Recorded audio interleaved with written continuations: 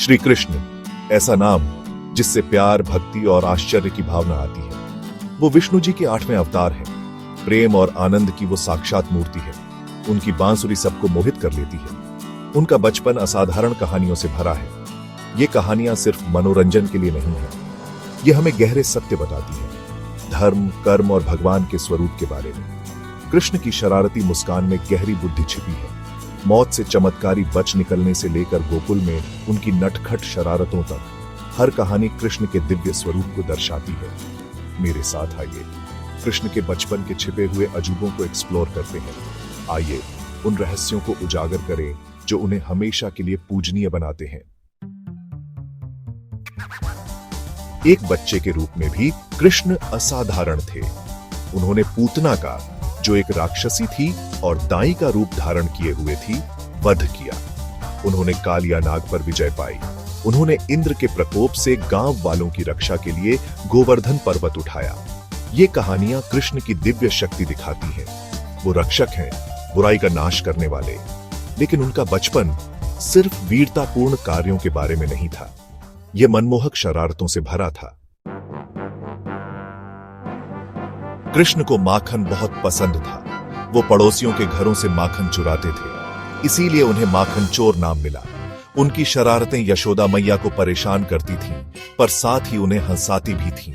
ये कहानियां कृष्ण के चंचल स्वभाव को दर्शाती हैं। वो नटखट बच्चे हैं, जीवन और आनंद से भरपूर, पर उनके हर काम का एक गहरा अर्थ होता है। वो हमें छोटी छोटी चीजों में खुशी ढूंढना सिखाते हैं।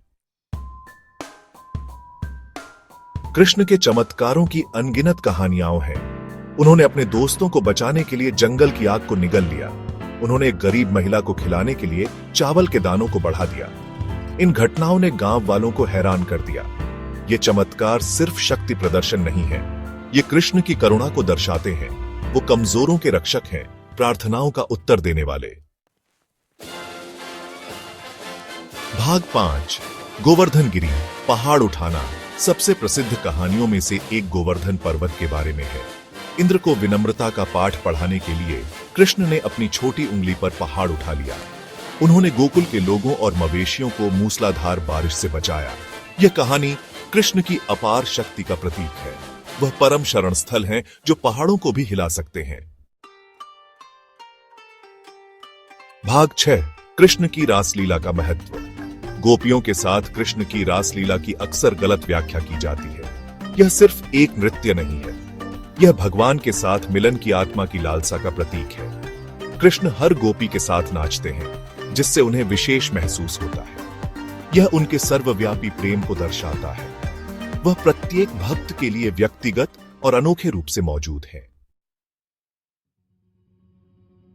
भाग 7, बाल भगवान का ज्ञान। अपनी कम उम्र के बावजूद कृष्ण ने अद्भुत ज्ञान प्रदर्शित किया। उन्होंने अपने दोस्तों और परिवार को बहुमूल्य शिक्षा दी।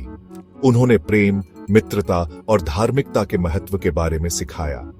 उनकी शिक्षाएं सरल लेकिन गहन थीं। वे सभी वर्गों के लोगों के साथ प्रतिध्वनित होती थीं। भाग 8, अपने भक्तों के लिए कृष्ण का प्रेम। कृष्ण ने अपने भक्तों के साथ एक विशेष बंधन साझा किया। वह हमेशा उनके लिए थे, उनका मार्गदर्शन और रक्षा करते थे। अपनी शाश्वत पत्नी राधा के लिए उनका प्रेम उनके असीम स्नेह का प्रमाण है। कृष्ण का प्रेम बिना शर्त और सर्वव्यापी है। वह सभी को स्वीकार करते हैं, चाहे उनकी कोई भी कमियां हों। भाग 9, दिव्य बालक का शाश्वत आकर्षण। कृष्ण की बचपन की कहानियां कालातीत हैं।